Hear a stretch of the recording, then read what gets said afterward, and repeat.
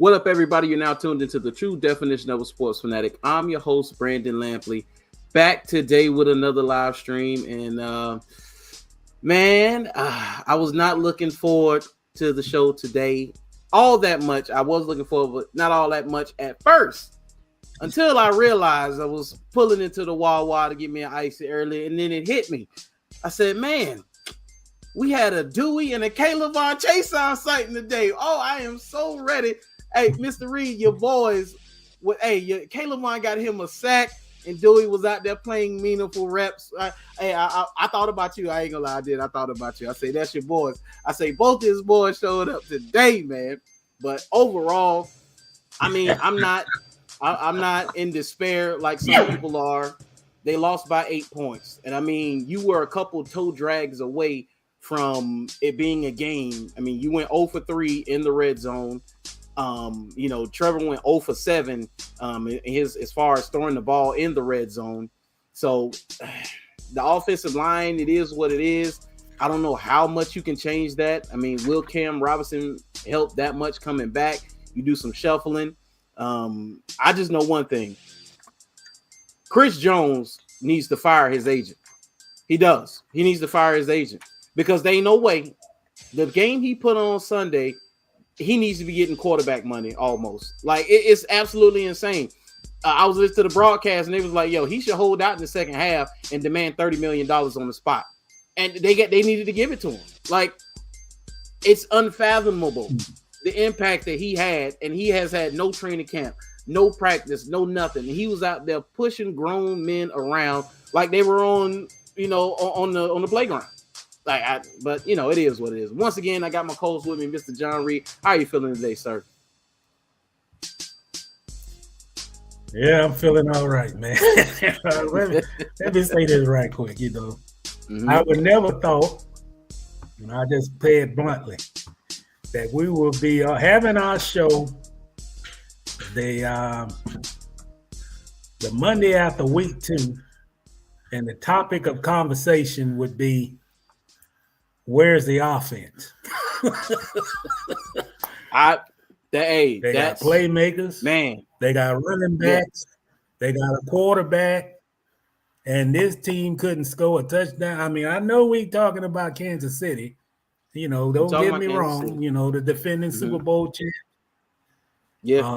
You playing at home. I know what the temperature, all that. We take that into account. But the least thing that I thought that this team that we would never be talking about is lack of offensive execution, lack of getting the ball in the hands of the playmakers, boneheaded decision-making, trick plays, can't score from the 1, can't score from the red zone. For a little bit, I thought we were back in the we was in 218 or something when they played Kansas City and lost. At one point, they trailed like 40 to whatever. But I don't know, man. I hope this is just 2 weeks into the season. Bad day at the office.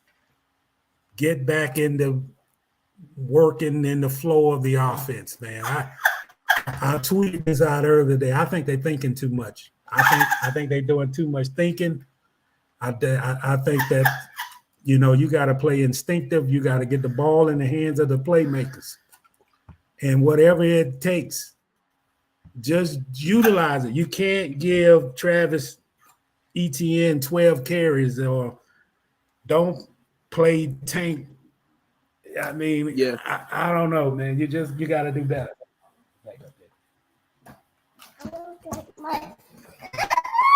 Yeah.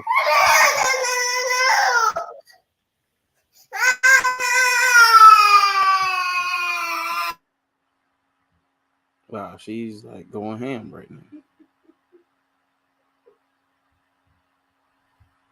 I got you.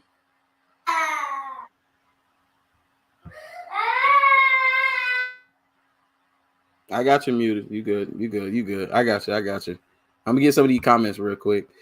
See, Pastor Palmer, what's going on? Hey, I gotta call you, man. I gotta call you. I meant to call you back. I forgot. I gotta call you. Say defense is good. I'm not sold on Trevor. Come on with the not sold on Trevor. Come on with that, man. Come on. Tell me. This is year 3 for Trevor. He needs to tighten up. We have too many offensive weapons. I mean, that's easy to say sitting in the comfort of your home. You don't have 350-pound men about to fall on your collarbone and explode it. I mean, he looked. God, this is, and I will say this with Trevor. This is the first time I've seen Trevor look gun shy.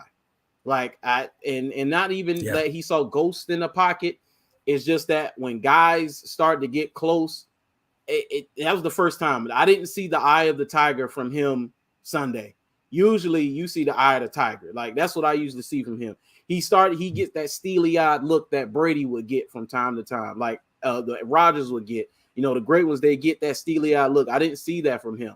But I forgot who I was listening to, but they talked about, I think it was Brian Sexton, and he was saying how they met with Trevor earlier in the week, and he said Trevor didn't seem like his usual self. So he's usually kind of upbeat, kind of exuberant.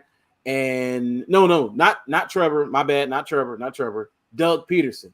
They say Doug wasn't his usual self. He say Doug wasn't, his usually high energy self. He say Doug was a little different. And I wonder, did he pass that down to the team? Because the offense was absolutely lethargic. Like it's like they couldn't get out of their own way. And as far as play calling is concerned, I'm not too upset with the play calling. A lot of people are pissed off with the play calling. Only thing I say is you got to run the ball up just a little more. Like a little more. It was a one possession game all game. You got to run the ball a little. And when you're on the 1 yard line, a bootleg. That was egregious. But you got bootleg. But Brandon, I've been saying this for 3 years. You have to, in order to be successful in this league, it ain't that they don't have good upfront linemen, that they don't have good starters. I'm not going to say Ben Barch is a bad starter, Luke Fortner not a starter. I won't say that they're young and they're not. They're untested. And I think what these guys should have been doing, and I know that they improved their defense tremendously. If you look back over a couple of years, the players that they added on defense and that kind of thing. But that line, to me, has been a problem since Doug Marrone been there. Nothing wrong having a Ben Barch, but the problem, they don't have depth. You lose one of these linemen, you in trouble. And I think that you need more veteran help than what you got on that offensive line right now. But particularly when you're looking at even Walker Little. I mean, Walker Little, in my opinion, is still a young player. But when you got Walker, 21 when he 21, since he's he's a rookie in 21. You got Anton Harrison, a rookie this year. I mean, that's a lot of youth. I mean, when you look at what they facing, I mean, let's be frank. Why do you think defensive linemen, edge rushers get paid so much? Because you don't need but one great one, and he can turn a defensive line into a force. But you look around that in the league. I looked at Washington last night. Their defense is what allowed them to help them probably more than anything to come back in that game. But you're facing probably, I would say, the strength of many teams is their defensive front. And when you're going against where you don't know what you're going to get from day to day, like we talked before we came on the show, Harrison, I mean, I can't fault him. I mean, come on, man. I mean, look, I mean, you're talking about a rookie going up against Chris Jones, a perennial elite player, probably the second best defensive lineman in the league. I mean, without question. And some debate, he might be the best. He might be the best at the disruption and just taking over a game just from what he does. You cannot, I mean, come on, man. You ain't got to be a rocket scientist to know that you can't have Anton Harrison single blocking this elite guy without not getting any help off the edge. Number one, you got to worry about your quarterback. Number two is he's just not ready for that. I mean, he may be ready in a year or two, but he's not ready for that solely right now. And the easiest thing they could have done was to have tight end next to him, give him some chipping help or something, but don't leave him out there on the island. And then you're gonna leave him out there on the island. This is week 2. I mean, he's gonna have a lot more matchups like this. So you're gonna leave him out on the island again. And then I don't know what's going on. I thought from watching the game, I thought that Trevor's biggest problem wasn't from the edge, the rush coming off the edge. I thought he got too much pressure in front of him in interior. And he had that type of interior pressure a week ago against the Colts. And I don't know what's going on. I mean, Luke, I don't know if I've heard he's not fully 100% health-wise. And I don't know what's going on with Ben Barton. I know Sheriff is not 100%. So that's what I'm talking about. You have to have the foresight to have whatever. I mean, the thing about the line, don't sell tickets. When you upgrade your line and you draft linemen, well, that's not going to make a whole lot of the fan base exciting. They're not going to jump in joy talking about you drafted such and such as an offensive lineman. But I don't know what it's been. It's been a topic of conversation for years. We used to ask them personally, what do you think about the line? And they would always say, well, we like our line. We like where they're at. They're young, they're developing. But no question, their problem offensively, to me, the biggest problem is the line. They're not blocking. And he's getting too much pressure. He's rushing his throws. They can't get in a rhythm. They feel, look at the decisions that they make. If you can't score on a run play from the 1 yard out, that's saying that the coaching staff is not confident in the offensive line because you're doing trick plays when you're at the 1. And at the 1. I never thought that we would be talking about the offense. Yeah. I mean, I never thought, I thought for sure that the least of our worries that this team would be able to score under any circumstance, even if they walk a little to injury of one of these linemen get out. I still didn't think it would be a problem for them to come up with a scheme to get the ball. They got the talent. It's no question. They got the receivers that can make plays. They got the running backs who can make plays. The problem is, you can't have him feeling that uncomfortable in the pocket, and he's rushing off. I mean, he's dropping back, 5-step drops and still getting pressure in his face. And even the best offenses, man, if you can't block, you ain't gonna be able to execute. And it's all about execution, and they're struggling. You can't go 4 quarters. I mean, let's be real. We're in the NFL, man. You can't go and not score touchdowns. I don't care if you play in Houston. I don't care if you play in Kansas City. Let's be real. Kansas City defense is not one of the best in the league. I mean, they good because of Chris Jones, but they're not one of the best in the league. I think they're better than they get credit for, though. Yeah, they are. But they're not. They're not Dallas. They're not the Jets. They're not Buffalo. They're not. They're not top. But I think they're better. They're better, especially this year, than they get credit for because those linebackers are good. The defensive line is superb. The back end is where they're the holes are. But if you can't block them up, you're not going to be able to expose the guys on the back end. Teams with good offensive lines are going to be able to expose the back end. But if you can't block them up, Trevor couldn't expose the back end because guys were open. And this is one of my issues with not having that line and having that nastiness is that if you can't line it up and just beat the person in front of you, you got to use kind of misdirection and smoke and mirrors from time to time. I need you to be able to line it up and beat the person in front of you. There's no reason why you couldn't have put Tank Bigsby in and Britton Strange in, and they couldn't have scored a touchdown on that drive. Like, he just carried half of the Indianapolis on his back just a week ago. Why did you not put him in and at least give him a couple tries at the end zone? I was baffled by that. And then you do a boot. But now see, you're on the 5, so now you can't do that.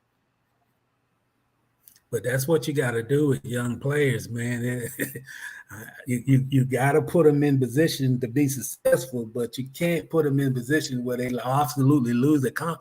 I mean, what did you bring him in here for? You brought him in here because he's a strong inside run. Go back and watch the tape at Auburn. I'm not going to say that the SEC is the NFL, but that's his thing. He's a strong inside runner. He's a stronger inside runner than Travis. But you gotta utilize them. You gotta take a chance. They gotta run the ball. I'd rather see that run than the ball. Yeah, they gotta run the ball, and you gotta. You gotta take advantage. I always say that. I done said this the whole time with the Jaguar.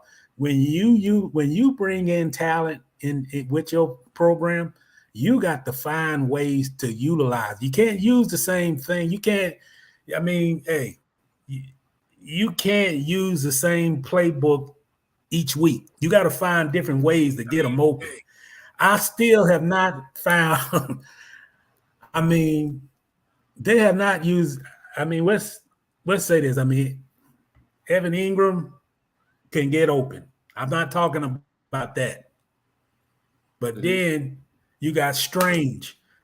I don't see enough underneath routes. Even if you don't throw the ball, at least utilize them where you got somebody crossing, somebody going this way, bunching of something that confuse the defense. If you watch, I haven't watched all 22, but you gotta put those guys in the offense where they're gonna get open, and when they're open, you getting them the ball. What up, Carson? Yeah. Not the other way around. West don't get to the 2-yard line and then let's throw a trick play. I mean the pass to I don't know, man. And I'll say this, I know I done heard this on the radio and all this about the play calling.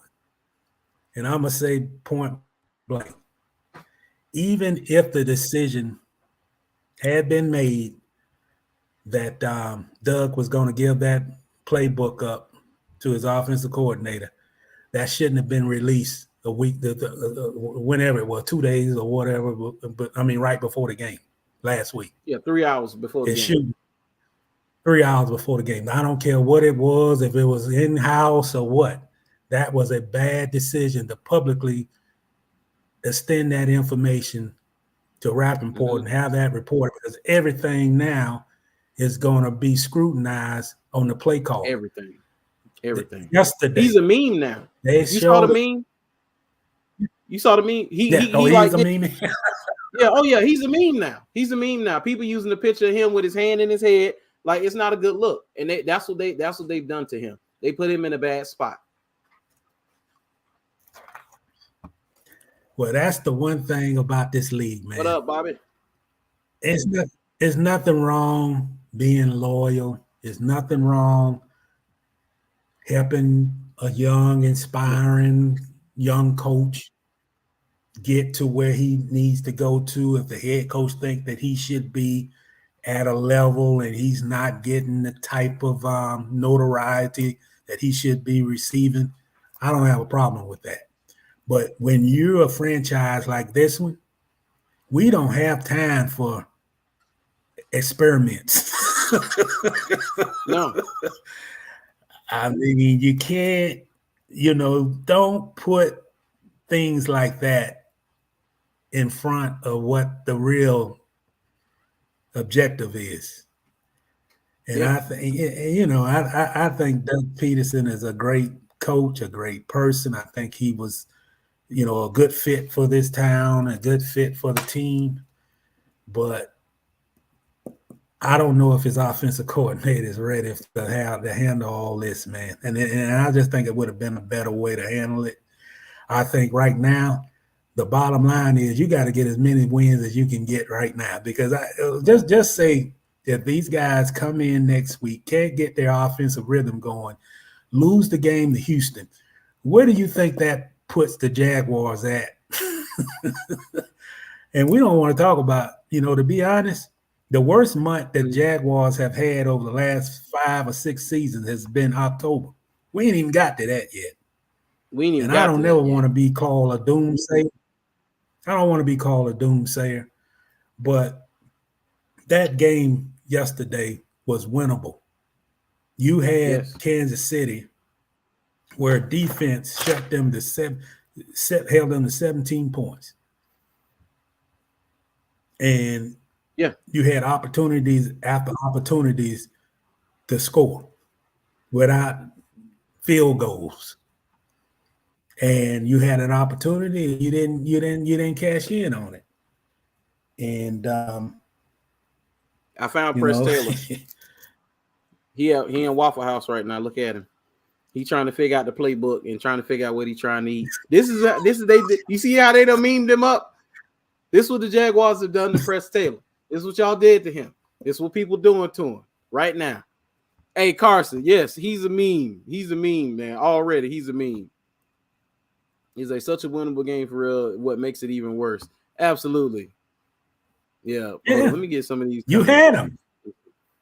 Yeah, appreciate that. Yeah, Kassan. Yeah. Me and the fam, we went to Savannah, man. We had a good time in Savannah.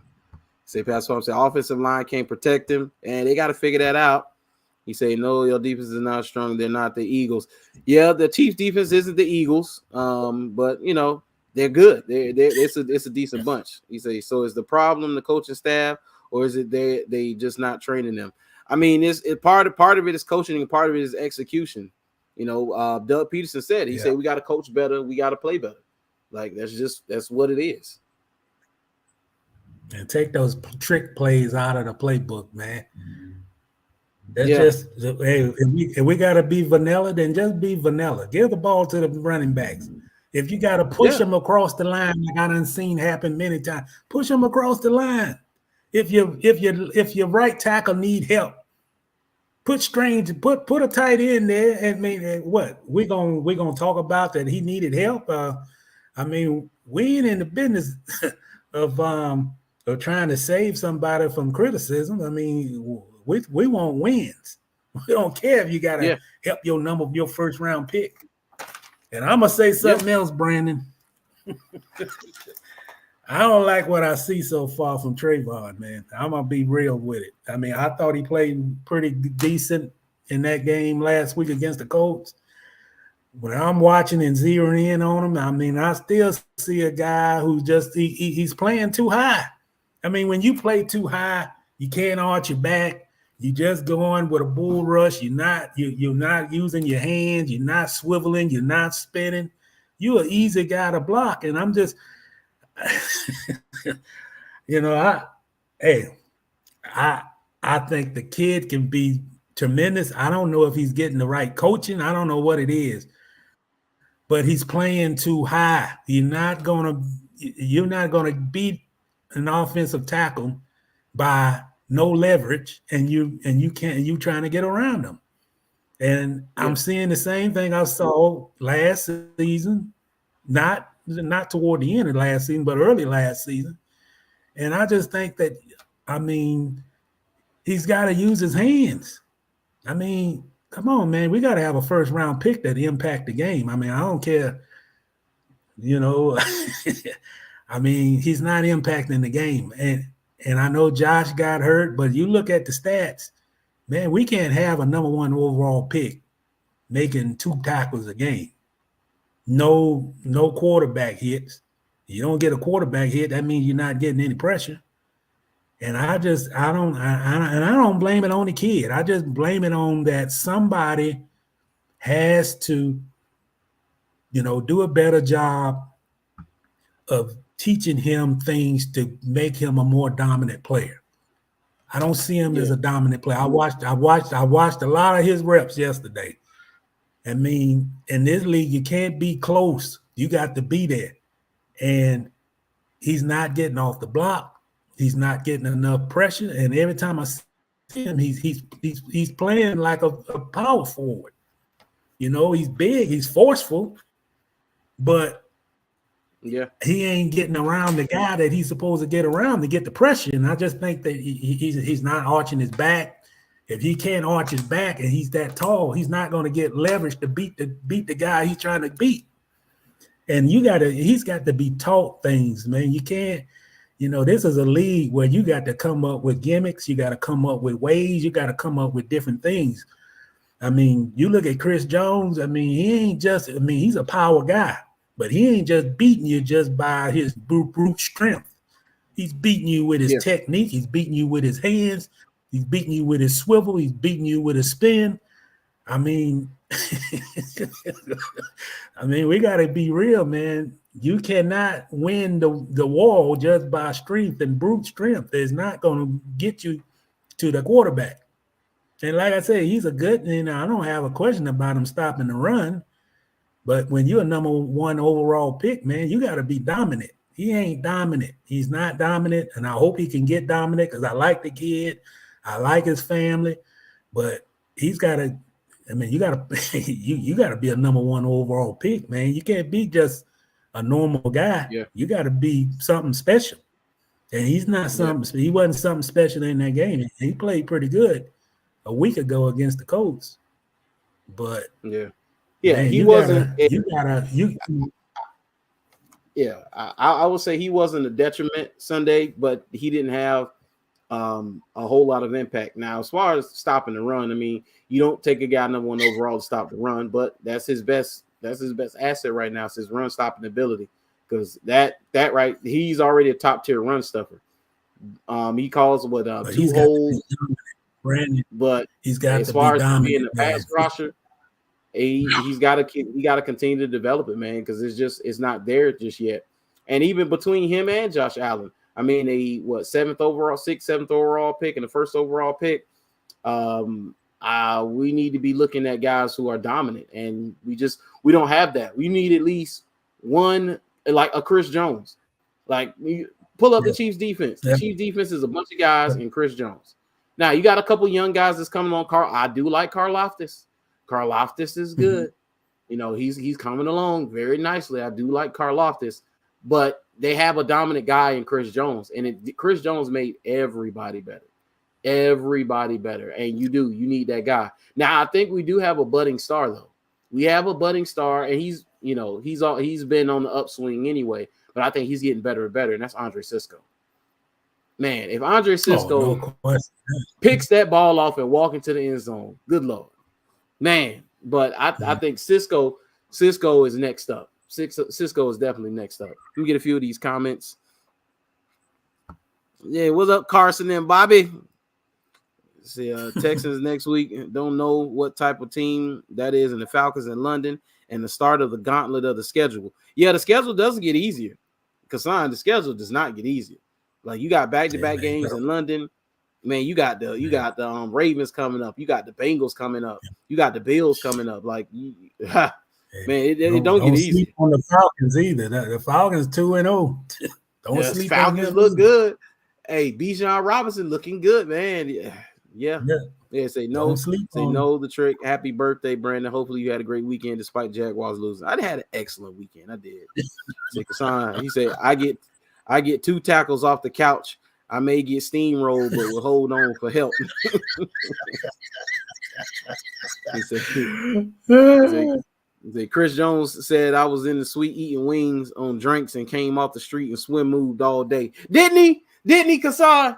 He was in it. The last when they played against the Lions, he was in the suite eating chicken wings and drinking tall Bud Light seltzers for $17 a piece.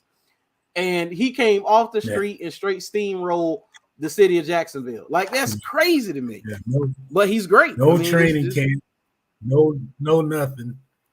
Nothing. Yeah, nothing. He's Draymond still comes off the ball too high. Yeah. But I don't blame the kid. I blame that you gotta coach him. You gotta coach him up. You gotta coach him technique, man. Yeah. I don't know if they're doing enough of that.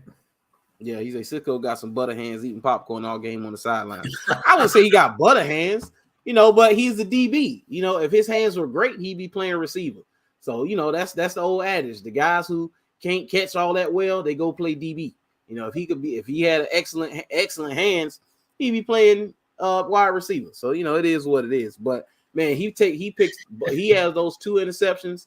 I mean, he was already player of the game to me. You had an interception, you had 2 PBUs, you had a couple of bone crunching hits and a forced fumble.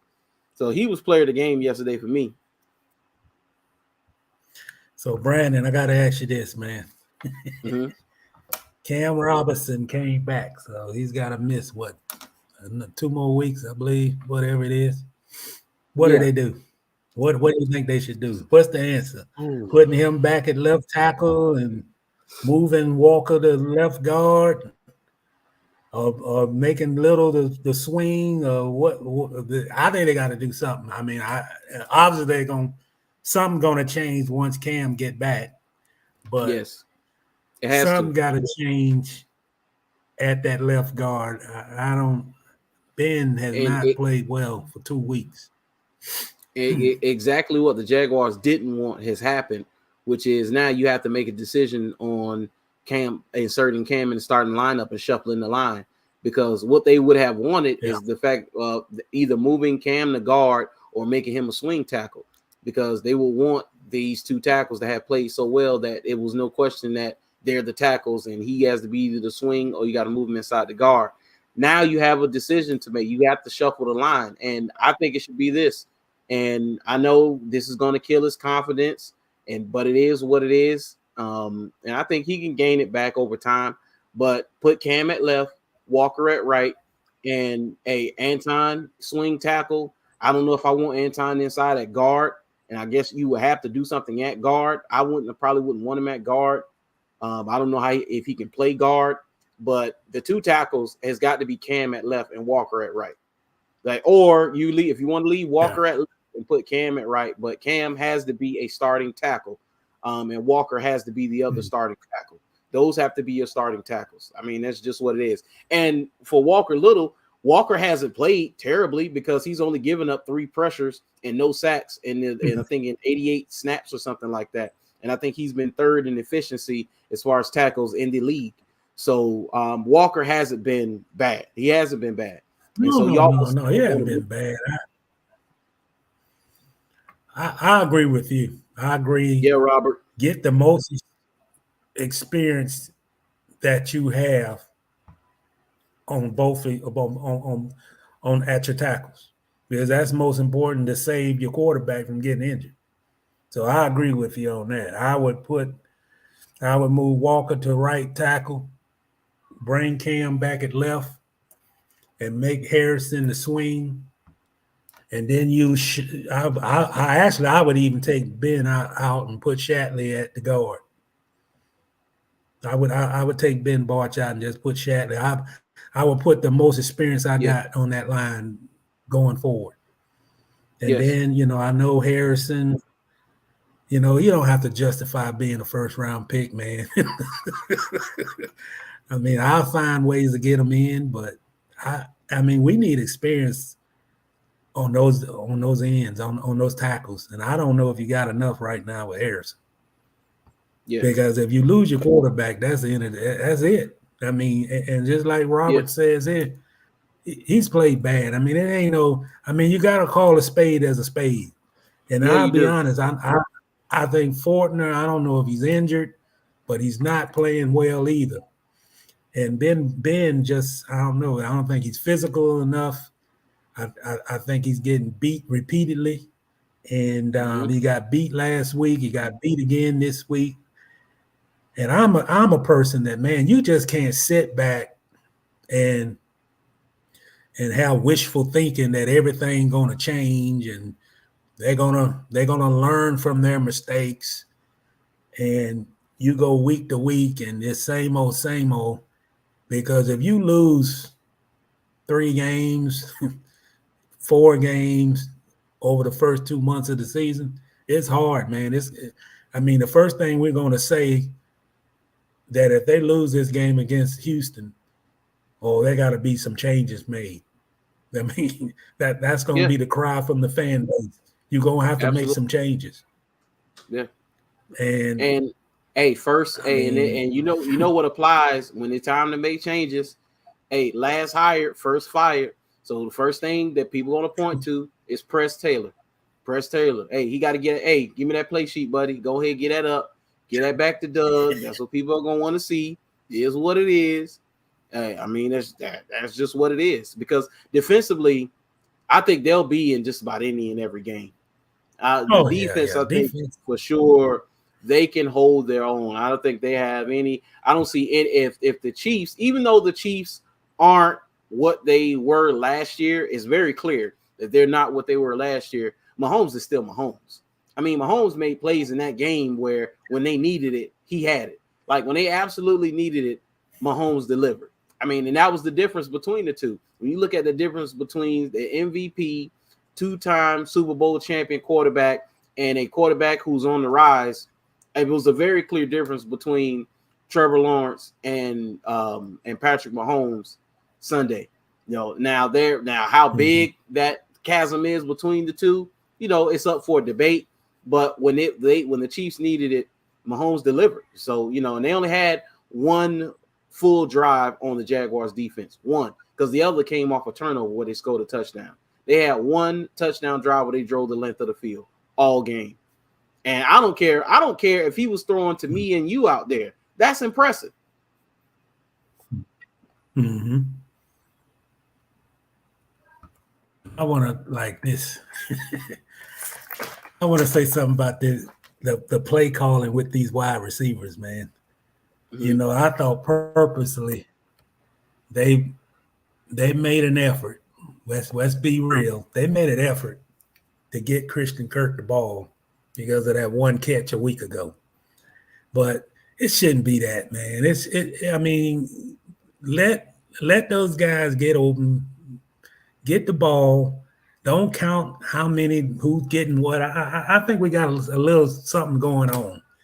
I think we looking at who's getting catches and we Yeah, counting up how many catches among the receivers and I don't think. I mean, hey, if really is open, get them the ball.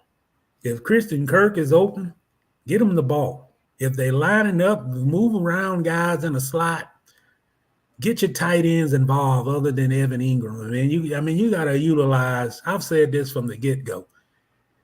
Ain't nobody counting how many catches if you win. Now they count how many that a receiver going to demand the ball at all times, but they're going to demand it even more, and they're going to start counting how many, you know, catching opportunities they're being targeted and all that if they're not winning. So I think yeah, I tweeted today. I said, man, you got to stop all this overthinking. Get the ball in the quarterback hands, get the ball out quick, do what you have to do to compensate that the line ain't been blocking, and get the ball out of his hands and get guys open in space and let them do the work. That's what they did. You go look back at those games at the end of last season. That's what they did. They got guys in space, Evan Ingram, and those guys, Christian Kirk. They got yeah, them in space, and then they work from there. But it just seems like they're looking to try to find a play, and we're gonna script this play for this player. We don't want Ridley to get too many catches. I mean, that's what it looks like. It looks like they're figuring it out, and it's no figuring. Get the ball into your playmakers' hands. You know, yeah. that's what And what? Hey, whatever it takes to win, you got to win. yeah, It's not yeah, counting the beans. It's like getting the ball to guys, making them play, and go some downfield shots. You know, don't get to the 1 yard line and try to make a trick play that you ain't even worked on in practice. I mean, come on, man. yeah. I mean, I always say I'm this: fine football with is them. simple. Yeah, I'm fine with them. You know, you getting the ball into the hands of those playmakers, whether it's Ridley, Kirk, Zay, Ingram, you know, even Agnew from time to time. But you cannot forget about ETN. ETN has to touch the football. Yeah, well, yeah, ETN has to touch the football. yeah. He needs to get his hands on the ball 15 to 20 times a game. Easy. It has to be at minimum. That's minimum. Yep. He needs the ball in his hand. He's a home run threat.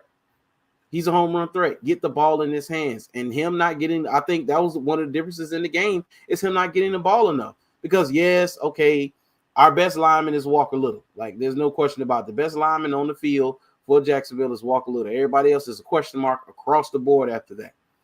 And as far as run blocking, they're struggling. They're struggling in the run game.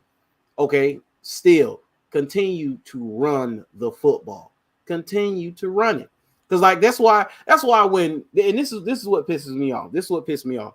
When Doug talked about ETN getting 1,700 yards this year, I knew that was BS. I'm like, Doug, you're not gonna run the ball enough for him to do that.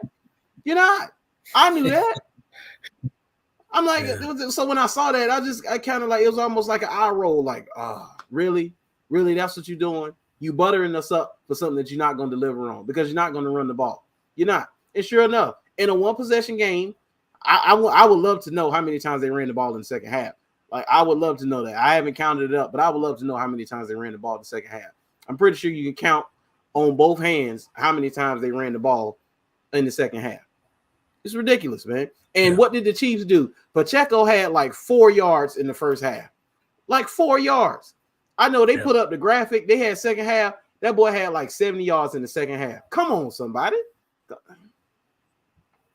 Well, that's the thing, man. They can't stop scripting and worrying about if somebody going to get this too many carries or somebody going to make too many catches. Somebody going to be talking, it just seemed to me, if you look to me, it just seemed like, okay, we got to get Christian Kirk.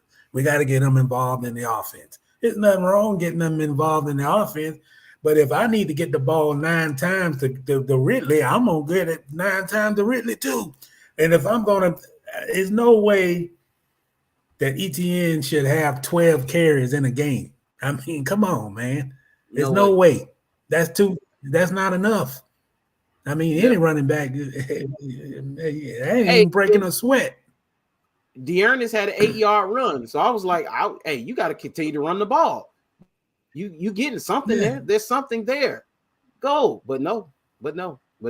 And Press is going to feel the brunt of that because 3 hours before the Colts game, you made them play calling. So it's Press' fault. Well, they showed Press on television in his booth up there, and he slammed his hand on that table after that bonehead play. Whatever that was, what it was, the pass to Christian Kirk and whatever that trick play was, he slammed his hand on the table.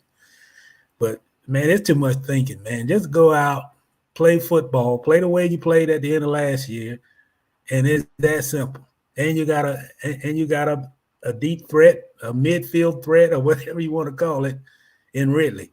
Get the ball in the hands of the people that are going to help you win. There's no way in the world that we should be discussing the offense that's capable of averaging 30-something points a game that don't score a touchdown in a game. I mean, that's unacceptable, unexcusable. There's no way that offense should not go any game. Yeah. I don't even care if they played the 1985 Bears. There's no way that team, that offense with that firepower can't score a touchdown. Can't score from the one. That's unacceptable. It's unacceptable, man.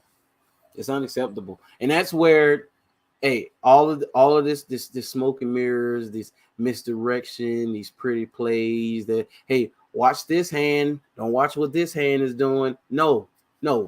Line it up and beat the man in front of you. Just line it up and beat the man in front of you. And do it. If you got to do it 4 times, do it 4 times. I would have lived and died with 4 tank runs. I would have lived and died with that. And this is what they got to do. If you can't beat the man in front of you, then you got to come out the game for better or for worse. That's what I say about Ben Barch. I mean, if he can't, I done seen him get beat too many times over the last 2 games. I mean, hey, if you got to put Shatley in the game, then put him in there. But don't just repeatedly allow the guy to get beat and ain't nothing being done about it.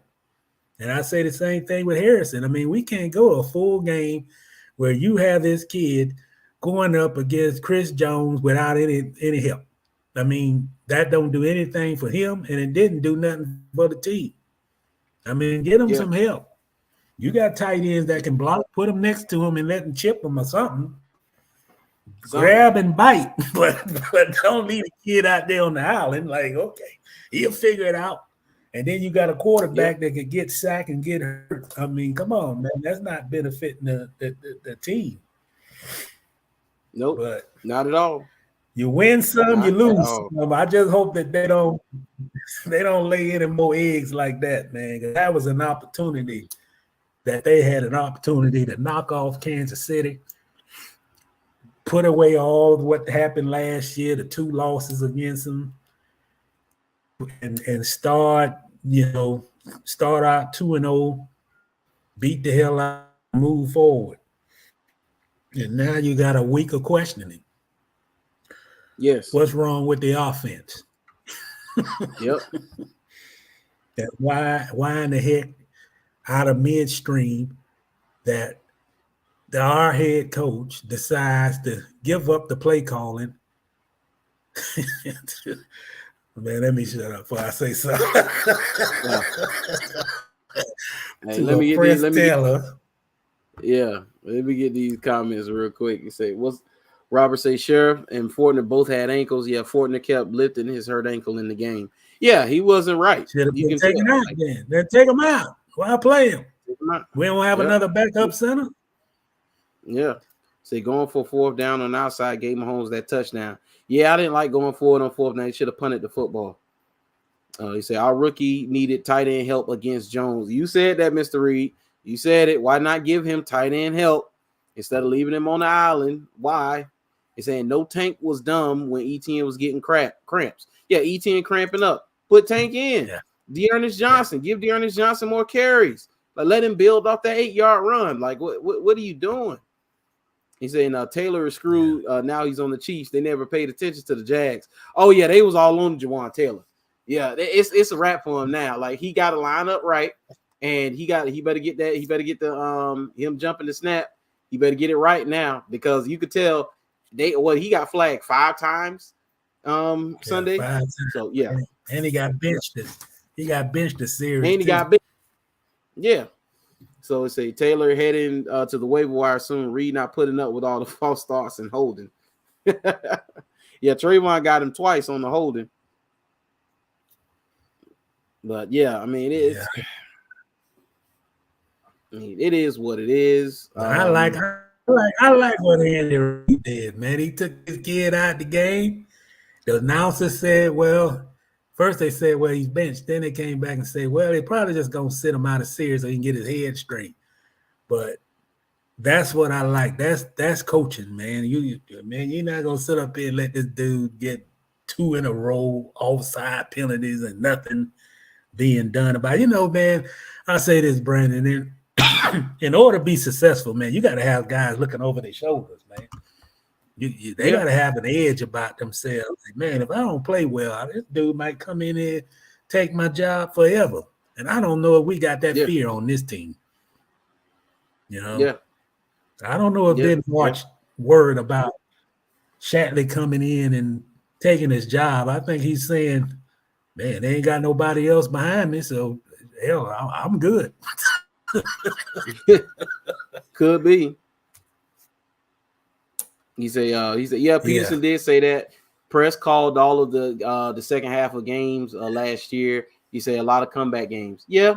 It's just he's being scrutinized now, but a W cures all of that. W's cure all of that. Because if they, even with the play calling, if they able to connect and get out with a win, nobody's questioning. I think that's hogwash. We'll never know if he called those plays second half, man. Come on, man. Yeah. Well, we don't know if Mr. Press Taylor. We don't know the truth of that. Sounds good. Yeah. It sounds all the good. Plays in the second half, but I think he's honestly calling the plays from what it looked in that press from that camera shot yesterday, though, that he was looked like he was calling them from that shot. Yeah. But Yeah. sometimes it's good to have things in house. For the life of me, I still don't understand any benefit for the Jaguars to go national and say, okay, we're giving the play. We're going to let Press Taylor call the plays. I'm still figuring out how does that help the Jags. Yeah, it helps Press. Everybody in the world know he Yes. called plays, but how does that help the Jags? If it goes wrong, who they going? Now they got a scapegoat. Yeah, you do. I mean, I'm almost to the point. I know everything about losing. I know, losing attitude sometimes fosters losing on the field when the decision making happen to be made. Yeah, so, yes, it does. Yes, I just don't think that was. I don't think that was smart by the franchise. I think that we wouldn't even be in discussion about play calling or anything if that hadn't been released. Yeah. And another thing is if you're gonna do that, if you're gonna change the way of doing things on the play calling, and we talked about this a little bit last week, then why just go on and just say that in the spring or say it in the training camp or start of the preseason? You said it, you got it over with, it's scrutinized and it's moved on. But 3 hours before the game, come on, man. That's the worst thing I think the Jaguars have to always be concerned about because of the national image. Man, you don't want to do anything where you explaining what went wrong, why it went wrong. And it's a long season out there, man. We don't know what's ahead. I mean, the one thing about the NFL season, you look at the Bengals situation right now. Ain't nobody predicted the Bengals will be 0-2 right now, and their quarterback, he looks bad. But in the NFL, anything can go. But you don't want to put fuel in the fire if you don't have to. And right now, he's a scapegoat. The offense not clicking. The offense not scoring points the way it should be scoring. And who's the fall guy? Well, we changed the play calling. That don't make any sense to me. Yeah. Win the Super Bowl, then change the play. Because one more thing, Brandon, one of the problems why Doug Peterson lost that job in Philly was similar to this situation with Press Taylor. The owner didn't want anybody else play calling. I mean, they wanted him, and I don't think the owner here is going to say, well, Press can't make call the plays, but man, they hired Doug to be I think some of his reputation as a play caller, if you go back to that Super Bowl game, Doug called that game. Called the masterpiece. I mean, Doug was, he called a masterpiece against the Patriots. And, you based on what your resume says, and that resume says that he's a hell of a play caller. He was taught by the best from Andy Reid on down. And, you look at the resume of Press Taylor, you don't have a resume like that, man. And we're not talking about on-the-job training. This is not a rebuilding year, so it's not on-the-job training. This team's supposed to be reloaded. 21 or 22 starters, I believe, back from last season. And I mean, come on, man. We want the same success and more from a season ago. That's what you want this year. So you don't want to, like making changes that I don't see the benefit. I mean, you want Press Taylor to be the offensive coordinator, but if he wasn't calling plays, and we'll never know if he. did the second half of games. I mean, we'll never know the truth of that one, but if so, he did. But come on, man. Yeah, That I offense does liken it. not look like he said. Yeah, I liken it to you want Press to come in, and when the ship is built, is sturdy, and all he has to do is just keep it on course. All he has to do, is damn near on cruise control. But now Press has a ship that has holes in it. It has holes in it. The offensive line is a hole, and it's a big one. It's a big one. They bailing water out right now. They trying to bail water out right now because we got the hole in the ship, and you got to plug the hole. So captain, which is Doug Peterson, hey, your first mate, I know you love him, but you might need to take over. But we'll see. Yeah. Trust Doug, and because this is Doug's ship, so we'll trust him to run it and get it on course. And it's one loss. You have 15 more games. If this, and only time where I think that this would become an issue is if it's repeated. If they go through any type of stint they went through early last year, then yeah, it's going to be a problem. It's going to be an issue. So, we'll see. Let's see. Oh no, Robert said they need to keep Agnew on returning only every time the defense knows he's getting it 75% of the time. I'd rather see some Cooks next to Ingram to stop that. Stop that.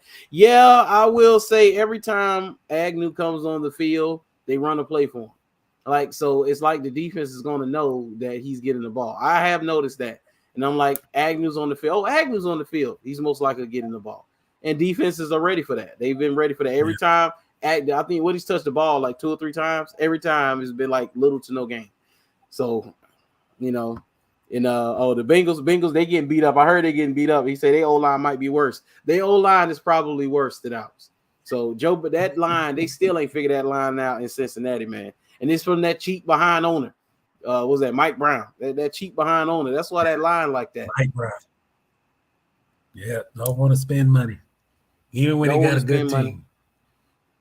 Yeah, but it is what it is. I also think this team got to get this offensive line has been a problem for a couple of years, and it's time that they address the depth and maybe even go out in free agency and get a big name guy. It won't hurt. Yeah. Believe me. Yeah, it won't hurt. Yeah, it won't hurt. So, man, we are going to leave it right there. And we done spent an hour on the Jaguars. I knew it was gonna be lengthy, so we're gonna go through. I'm just go down the list, and any game Sunday that stood out to you, or any situation or anything like that, we'll stop and we'll talk about it. We'll go over Terry Pegula, the Bills owner, very quickly, and then we'll drop it on Colorado and Colorado State. And so, but for the NFL Week 2, one of the games that stuck out to me was Dolphins Patriots. Tua Tagovailoa is 5-0 against Bill Belichick. I did not know that. What is it? Tua is 5-0 against Bill Belichick in the Patriots. Undefeated. Tua I didn't know that either. Undefeated. Yes, he's undefeated. So I was like, there's no more fear there. I mean, and I think they could beat the Bills, and you can obviously beat the Jets right now, man. The Miami Dolphins are the toast of the AFC East right now until otherwise. I mean, and until whether it's somebody leaves and get through free agency and get traded, or somebody gets hurt, they're the toast right now. It is what it is. Good, man, and Tua look good. They high scoring. They everything that they were expected to be, and I'm not surprised. They get the ball to their playmakers. Yeah, they do. The Broncos, they done started 0-2, so that marriage between Sean Payton and Russell Wilson, it's off to a rocky start. Man. He lost to the Commanders, and they blew a lead. Really? Lost to the Commanders, blew a lead, and I'm liking every minute of it because I thought Sean Payton and all that big bold talk coming in, and And look now, Yeah. they're 0-2. 0-2. And they look better than they did a year ago, but they're Yeah. 0-2. All that braggadocious and the worst coaching and all that, and he is 0-2. And Yeah. boy, 0-2. they hit Russell pretty good in the second half, man. Yeah. The Cowboys look dominant once again against the Jets. I watched a little bit of that. And I don't know I what think to it's say, man. You think they're gonna keep that, man? You think the Cowboys gonna continue to look the way they're looking right now after 2 weeks? They look good, man. During the regular season, Yeah, for a I minute, think they're going to be dominant. I think they're going to be dominant. I think that they have a team that can vie for the number one seed in the NFC. I think that they can be the potential number one seed in the NFC and have home field throughout the playoffs. It's just once the playoff starts, I don't know what you're going to get. And for a minute, I started to look to see if Jimmy was on the sideline coaching them. Man, that defense they got, I feel they got the most dominant defense in the league right now. I mean, they awesome. Yeah, no question. No question. I think since 2021, they're like number one. They're like top 5 in majority of defensive categories. So it's we talking about a very, very dominant defense. Yeah, he said Cowboys defense will. I like them. Yeah, I have no question about the Cowboys defense. Go ahead. I just want to see if they can keep it up because they're probably the most dominant team right now after 2 weeks in, man. 40 to 9. Yeah.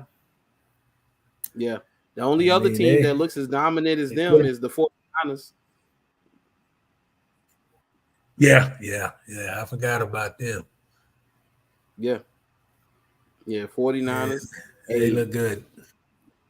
Yeah. Hey, Titans bounce back. They look good too because that Charger team is loaded. That's a good Chargers team, and those 2 Titans games this year is going to be a battle. It's going to be a battle. So I said this before the season, man. Don't overlook those Titans, man. That guy's a good coach. Babel is he's a good coach. Yeah. So the Buccaneers are 2-0. Baker Mayfield is 2-0, and the Bears are the Bears. Like are they still sold on the Justin Fields thing? Like what Cordell Marshall at? I want Cordell. I ain't seen Cordell on here in a long time. Cordell's talking that trash when Fields was like good at running the ball, but where he at right now? I need to know because he told me Fields was better than Trevor Lawrence. Where you at, Cordell? Yeah. Oh, and let's go 17 point. Yeah. Got 27-17, and Colts beat the Texans, but Anthony Richardson, dude, he's not going to last. He's not going to last, man. He took another wicked shot Sunday and got ruled out with a concussion. He's out. Yeah. Well, the Minshew magic is is good. It's alive and well for the Colts. The Minshew is back, ready to assume the starting position. Yeah, Minshew magic is back. Hey, 2 weeks in a row, Geno Smith has gone viral. Last week it was the clip where Aaron Donald about to tear his head off, and he was like, "Oh my God!" And then this week he trying to tell the referee, he's like, plead his case, and the referee's like, "Hey, I'm talking to America." The referee said, "Hey, Geno, I'm talking to America. Don't talk to me while I'm talking to America." Hey, but Seahawks bounce back. Got a big win, man. Overtime. Yeah. Lamar Jackson Lamar looked dominant against Cincinnati, man. Lamar's all the way back. I think Lamar's all the way back, man. Yeah, and the Bengals, I said this about them, man. I don't know. I don't know, man. That old line for the Bengals is trash. Like it is really really trash. And I don't know where's Jamar Chase. Where's Jamar Chase? That's what I want to know. Yeah. Yeah, I don't know what's going on there. They got something going on in Cincinnati, man. Line, the execution, they're not getting the ball to their best player. I said that, Robert. They better you see figure what Robert it out said? quick. You say Richardson is going to he could only hope to have a career like Cam had, but he ain't gonna even get to where Cam got to if he don't slide now. He said Cam Richardson gonna end up like Cam if he doesn't start sliding. And that's gonna happen to him early, not later in his career. Yeah. Everybody big and strong in the NFL, man. Yeah. Just because he's 6'5" don't mean nothing no more. Everybody big and strong. Yeah. But he better take Trevor's advice, man. And yeah. Yeah. No, I was thinking about years ago when the Lions came here and Roy Williams was the starting wide receiver for the Lions and Rasheem was here. And Rasheem and Roy, it was a physical game. They got into a little back and forth, had a few little scuffles or whatever. And he say Rasheem told him, he say, I lift weights too, young man. So this is just what it is. Yes, sir. Yeah. See, Bills bounce back, but it's the Raiders. So it's the Raiders. And the Falcons are 2-0, man. Falcons are 2-0. That Falcons game don't look like a pushover game to me. Hey, I know I talk trash about the mayor because he signed with the Falcons. Because I'm like, he want to talk about winning, but you go sign with the Falcons. I don't know. But currently the mayor is 2-0, and we're not. Yeah, it ain't gonna be a pushover game. No, it's not. It's not. It is not. So, but man, we're gonna leave that right there. And we're going to talk about this Terry Pegula real quick. We about to get on up out of here. But Bills owner Terry Pegula was named in the discrimination lawsuit, in a racial discrimination lawsuit. And he responded. So yeah, let me see what did he say. And so it's a Buffalo Bills co-owner Terry Pegula's name has been included in the lawsuit recently filed by Jim Trotter, in which the former NFL Network reporter claims Pegula has been subject of racial discrimination. Trotter's suit comes after he claims that his contract with the league-owned cable channel was not renewed because he challenged the NFL president Roger Goodell on lack of diversity at the NFL's highest positions, including coaches and positions within the league office. The NFL has claimed it wants to be held accountable regarding diversity, equity, and inclusion, Trotter said in a statement reported by New York Times. I tried to do so, and it cost me my job. He said it's important to note that the NFL does have rules ensuring that teams interview minorities when looking for a new coach. The Rooney Rule for new coaching staff. The Rooney Rule requires team interview diverse candidates for head coaching and general manager positions, which the Rooney Rule is trash. It does more harm than good. The rule has been updated several times since its inception in 2003 and now includes a requirement that a minority and or female from outside the organization must also be interviewed for any vacant quarterback positions. And this goes beyond sports when it comes to anything to deal with minority. And I've noticed this, and this is not a complaint. I know it just is what it is. But when it comes to things for minorities, specifically black people, they like to put the minority tag on it, and then anybody can come up under that and then get what they want out of it too. So like the Rooney Rule, they threw women up under there. So now women can eat off of that. Like, I mean, it is what it is. You do what you do. But that's why I say it does more harm than good because, yeah, it's just an interview. All they have to do is interview you. So now somebody like an Eric Bieniemy who's gotten 5 different head coaching interviews. Now it looks like something's wrong with him because they have not hired him after all of these interviews. They're like, oh, well, he interviews bad. No, they had no intention of hiring him and they just interviewed him to fill that quota. This is going to be the same thing with the women, and you're going to see complaints from women too, the ones who've been interviewed. and haven't gotten jobs, and they're like, well, she's had 6 interviews and hasn't got a job.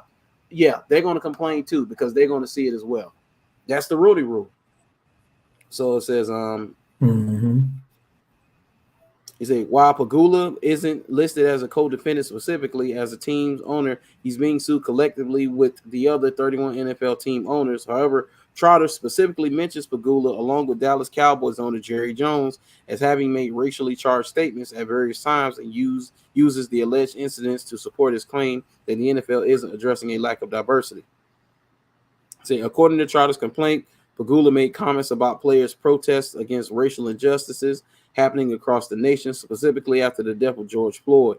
Unfortunately, what isn't shown in the initial complaint is that Trotter himself wasn't witness to Pegula's supposed statement. Rather, he heard it from a colleague that the Bills owner had made the derogatory remarks.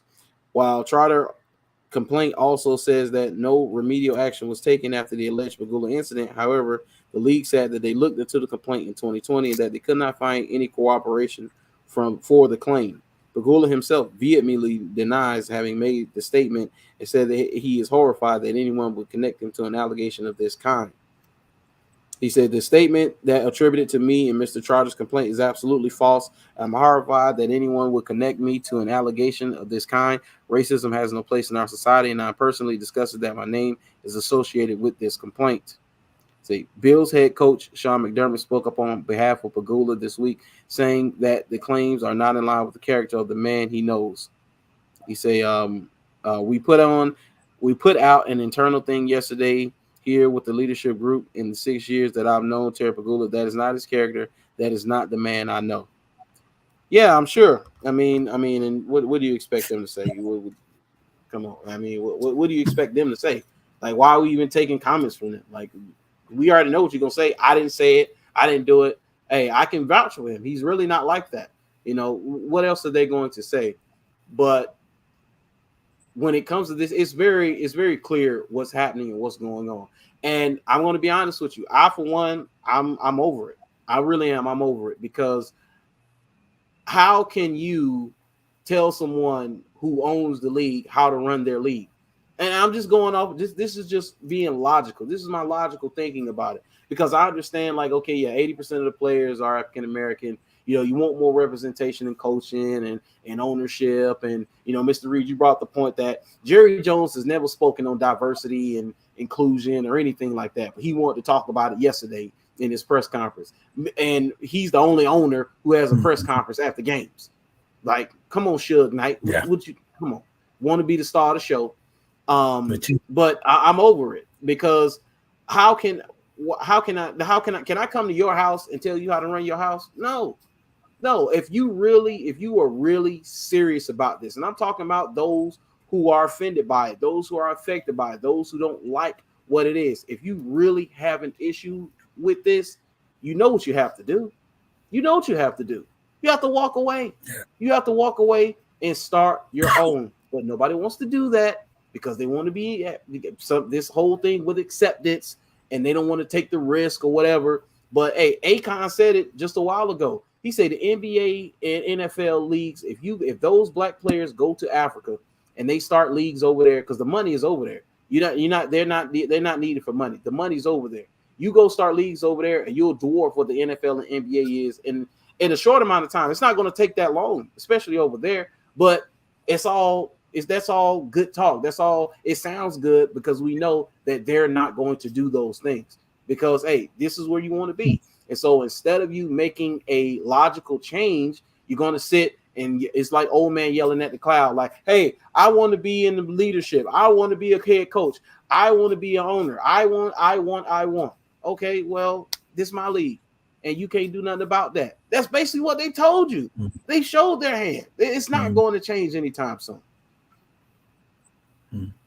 Well, you know what, man? I just commend a guy like Jim Trotter because a lot of this stuff, you know, I mean, you got to understand what the business side of the NFL is, man. You know, I think all those jobs, I know all those jobs are good paying jobs. If you're in NFL media, a lot of times, you know, a guy like Jim Trotter or any other black reporter, you get treated a certain way. You might get something that Yeah. you have to get approval for print, and you don't get approval for print.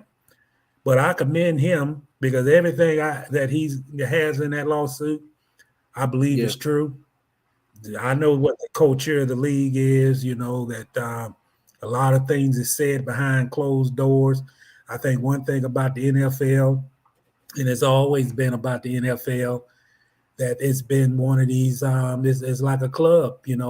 Things stay in house. They don't get taken out of the house, but it's understood what they mean. And I think that type of culture is still ongoing. I can remember back, I want to say I think it was 218 or 27, late 217, when the former president, he chastised the players for kneeling, and Yes. those players was upset because they basically, he told grown men like they were boys, and I Yeah. and Yeah. I Get can that recall SOB off the then, field. I don't remember, yeah, I don't remember any owner, I don't remember the commissioner coming out chastising those comments, and the next thing you know, you see a NFL talking about that, they got all this signature and signs on the field about diversity. And I feel like this, man. If you a professional league business and your heart is not in diversity, but you want to be recognized for being diverse and recognize racial equality, but you just doing it as a publicity stunt because you don't want negative publicity because you're not, Yeah. then I think that's It's what fake. this league is more of. I think you got a lot more owners similar to Jerry, similar to the Yeah. owner in Buffalo, that they're not going to express those feelings publicly, but behind closed doors at the owners' meetings that media can't be in, I think those things are discussed among them. And I welcome a guy like Jim Trotter exposing it, man, because it's true. I mean, hey, if it's not true, this league should have been integrated long, long time ago with minority ownerships and the teams, and really going out their way to make the league look more like America. If you want America in your stadium, but the league don't look like it in the front office, which I just think that's a contradiction, man. I feel that the owners is a good old boy network. They all hang together. If you don't believe me, look what happened in Washington. I mean, that's a perfect example. They did not, they knew all what was going on in Washington They with knew. the owner, that Snyder. But they're a good boy network. They're not gonna um, put anything out in public in a negative eye for that franchise. And once he decided to leave, I mean, whatever the agreement was for him to leave, then you heard, oh, more things got out. But that's the way they work. That's the way these owners work. They rich men. They hang together. They're part of the network among each other, and not everything they do is right. And but you see all the contradictions of the league about racial equality. That's the problem that I have. If you're not Yeah. It's fake. racially, It's so fake. yeah, it's fake. It's from the top on down, and it's just a PR stunt, but it's not practice Yeah. among the franchises where it counts. Where it counts at, you know, you don't have to be a majority owner in the league. I understand Jerry Jones owns whatever percentage he owns. I understand that. But you're not going to tell me that there's no qualified minority candidates in Texas, that could take a portion of a minority share of his football team. He's not actively seeking them. And none of these other owners are either. So Nope. that's the issue I have. If you're going to practice and preach it, then you got to walk it and talk it. And they're not walking and talking it. And then they try to muzzle the people like a Jim Trotter who knows the truth and he's exposing the truth. And there's a statement in that USA Today story about Jim Trotter and his lawsuit. And the statement from the league was that they was unfortunate that they had to get rid of Jim Trotter because of the economic times. And I mean, that just, come on, man. I mean, be truthful. Yeah. Be truthful. That's all I say. Be truthful. You know why you got rid of him. Yeah. You know why you got rid of him. Yeah. And that brings me to today's the word of the day, boys and girls. And this is the word of the day, boys and girls. Empty gestures. That's the word of the day. That's all the owners preach. Yeah. That's what they're doing. Everything Jerry said, Pegula, all of them, from Goodell on down, it's empty gestures. That's what it is. Let's see. Hey, Rob was on fire. He talked about, he was making fun of, he's talking about, we giving Chase on the trophy for his 4th sack in 4 years. Robert, you got to stop, dog. You got to stop. Cut it out, man. Cut it out. He said Mahomes. He did get Mahomes a sack. is missing. Yeah, he did. He said Mahomes missing Eric Bieniemy now. He was making the difference. Yeah, he was. Hey, and he say that's what Urban said about our strength coach.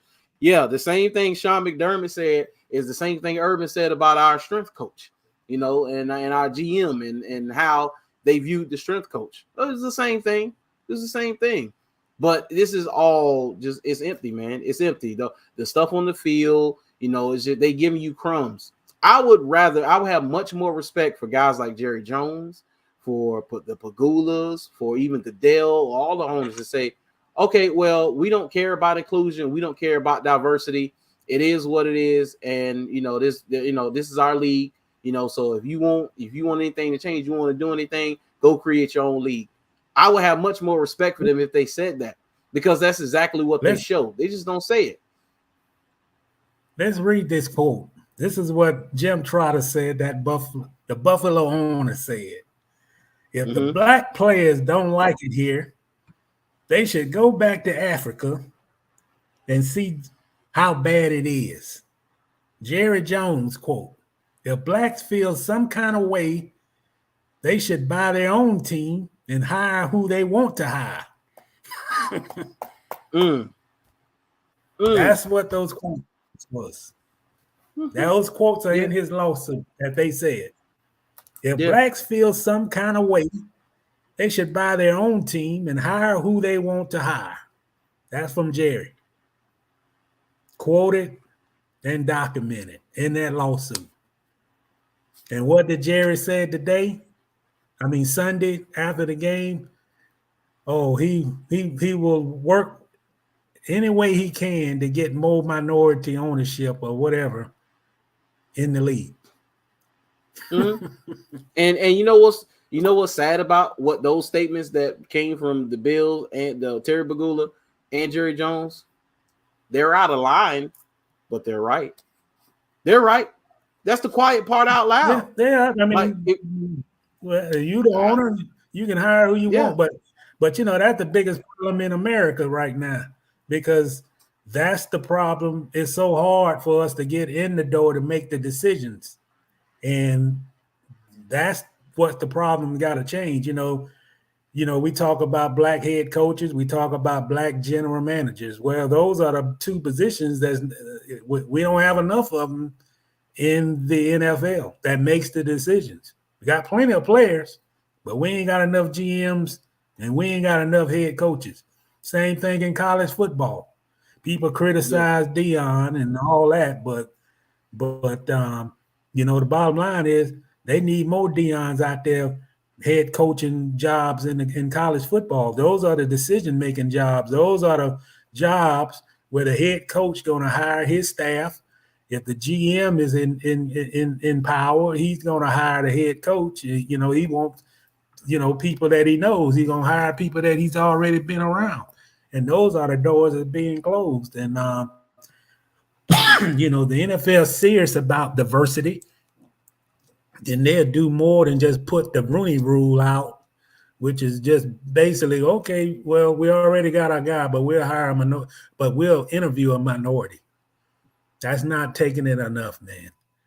And No, that's you not. know, owners do have the power, and but you know, you look at the Magic Johnsons. I mean, you know, you got to take small steps too. You know, these franchises now are in the billions to own, and most of the ownership groups. If you look at Denver's ownership group, they probably got 6 or 7 people in that ownership group just to have enough collateral to pay to you know to pay the purchase price.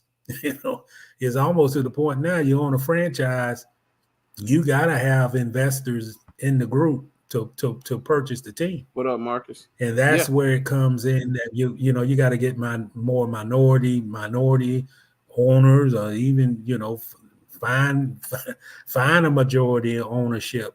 So real change. I mean, and for that matter, it ain't just the NFL. Hey, NBA got a problem too. You know, there ain't a. I don't know. Is there any minority owner in the NBA No, that owns no, a team? but Jordan Now, is the only one. He just sold. And he just sold it. So Yeah.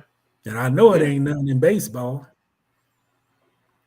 Yep. Yep. None in But, baseball. So I just don't like condescending. I don't, you know, if Jerry feels the way that he's, and I don't know when he made that statement to Jim, but I've heard through the grapevine when these guys are at these owner meetings, it's a lot of things be said in that hotel ballroom. A lot of the stuff that's said never gets out, but if you cover the owners meeting, you get a real sense of what this league is about. And that's and I guarantee you that's probably where most of his information, Jim Trotter's information, come out of those owner meetings when they you know, they lounging in these 5-star hotels somewhere in Destin, Florida, on the beach somewhere, West Palm Beach, get a little cocktails in them, and that's when yeah. that's when Yeah. the truth comes selling out. Hey, hey, and they didn't turn on Snyder until he turned on them. Everything was hush until Snyder shot off at the mouth and turned on him. That's the only time. Before that, it was hush about Snyder, yeah, but he was taking their money too, so that had to change also, because he was whatever. I don't know if he got a portion of whatever he's supposed to get, but he took more than what he was supposed to get. And you know, the bottom line is, man, they stuck on their old ways, and all they care about is money. That's why they still got this commissioner, because he's the guy that they can control. Bottom line. Yeah. You know, I wish the days, and I say this truthfully, I wish the NFL still had the Pete Rozells, because if Pete Rozelle was still commissioner of this league, half of the problems would be gone. Because if he didn't stand for anything, he stood, even if he had to stand alone, he stood for the betterment of the Shield, regardless. Yeah. So, yeah. I've seen that guy in action. Tell the owner that you're not going to move this team out of New Orleans just for your self-satisfaction. Move it to San Antonio when you can play in that city. I know for sure that he did that. Yeah. Now, this commissioner would have been in the same situation, that wouldn't have happened. They would have been the San Antonio Saints. So, yeah, they would have been. Yeah, it would have been the San Antonio Saints, man. But hey, it is what it is. We're gonna leave it right there. Make sure y'all like, share, and subscribe. Follow us on our social medias. Follow Mr. Reed on Twitter. So, hey, Sunday, what's your prediction for Sunday? Jacksonville got the Texans coming to town. What's the deal? Hey, man, if they lose to Houston, we got some real problems, okay? I don't think they're going to lose to Houston. They can sack this quarterback. Hey, who knows? Chason might get 3 sacks Sunday. Who knows? But if the Jags lose this game, which I don't think they're going to lose, I think they'll get back on track. They're playing at home, playing against a bad Houston team. And I think I say 20, 28 to 9. 28-9. Jags. Yeah, Jags. Yeah, I think they got And they'll exercise.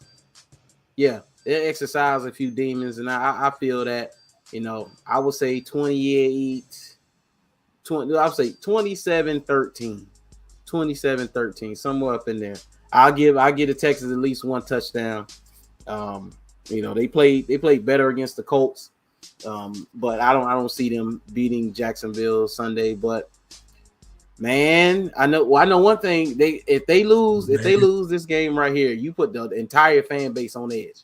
Like I mean, entire fan base on edge. If they lose that game, we gotta have a show that night.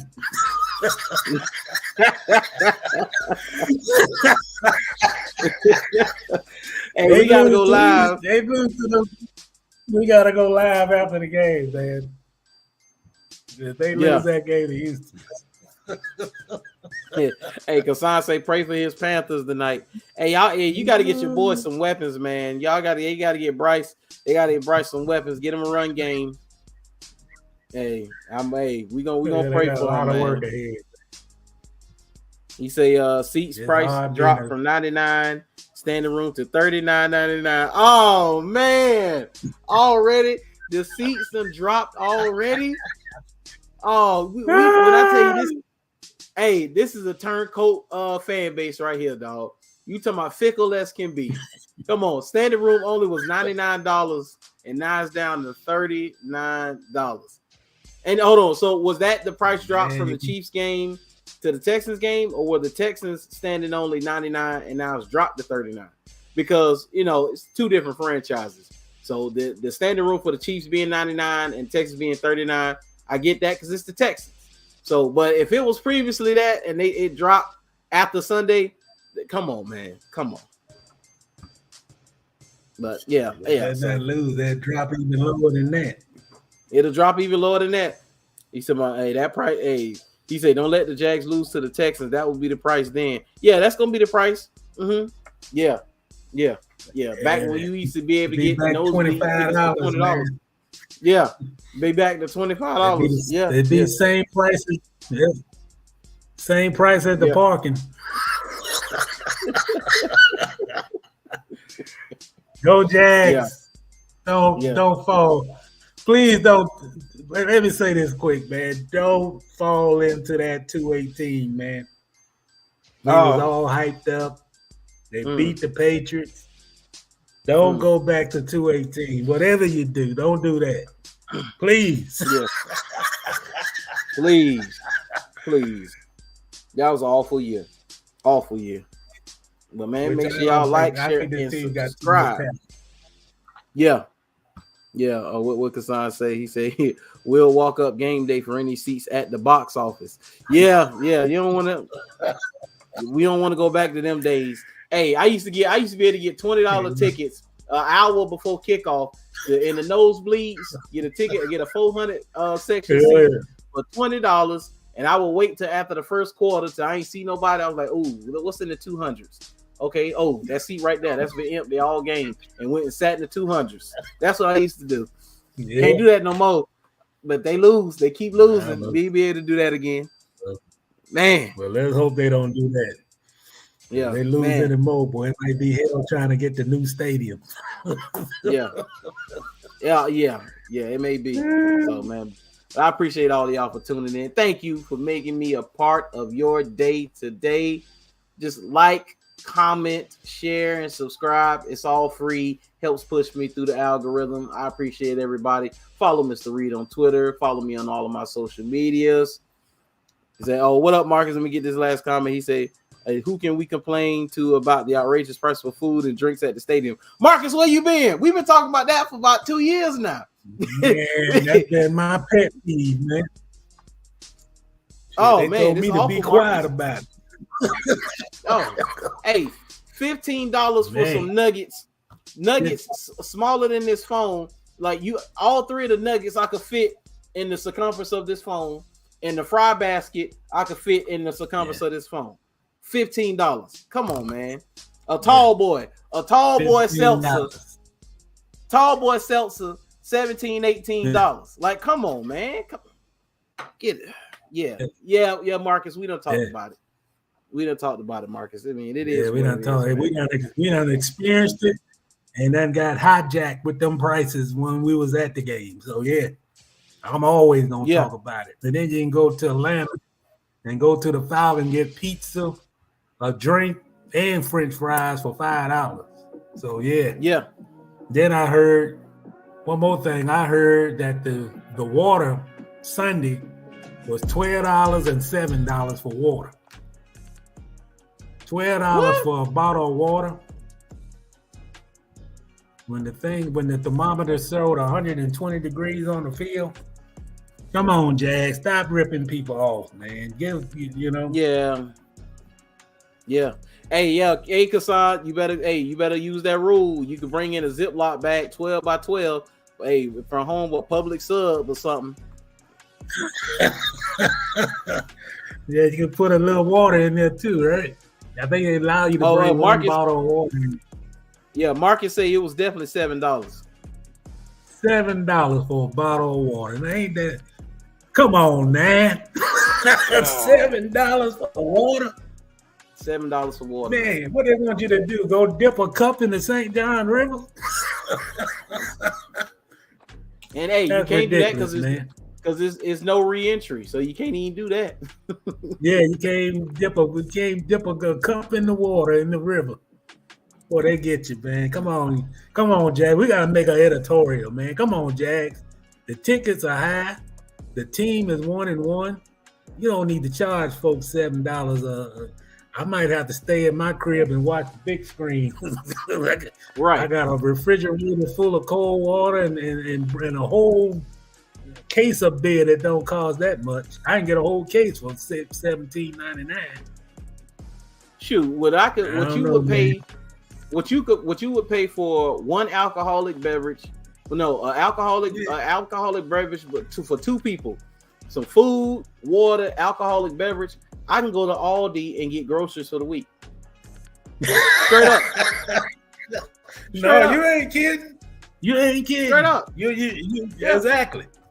Yep. Yeah, because that's what I just if I calculate it up right, we're talking about, that's 64, that's 71, 78. We're talking about almost $80. That's 2 waters, 2 tall boy seltzers, and 2 baskets of chicken tenders and fries. That's almost $80. Yep. Yeah. I just spent $69 at Aldi and what I'm gonna eat for the week, man. Come on, man. Yeah. And then you got to pay the ticket and the price of the parking. Yes. Yeah. Look at say you can get 2 cases of water at BJ for $7. Yeah. Say that, man. Come on, man. We ain't that gullible. We love football. We love the Jags, but come on, man. Stop knocking us upside the head. Yeah. We went to the scrimmage. Oh, and just like you said, the basket of chicken tenders and French fries was 14. I think it was 14. And then they had like just the fries in a little cup, like the fries in a cup, and it was $7.58. Yep. So, yes, it was. Come on, man. Stop knocking us side the head, man. We all work, we enjoy the team and all that, but come on. Yeah. Stop trying to get the money to pay for the stadium. Yeah, man, but I appreciate everybody for tuning in, man. And we will be back with more live streams back in the barbershop next week. We'll talk to you guys later, man. Peace out, y'all. Peace out. If they lose, we coming Sunday. We will be here Sunday if they lose, for sure.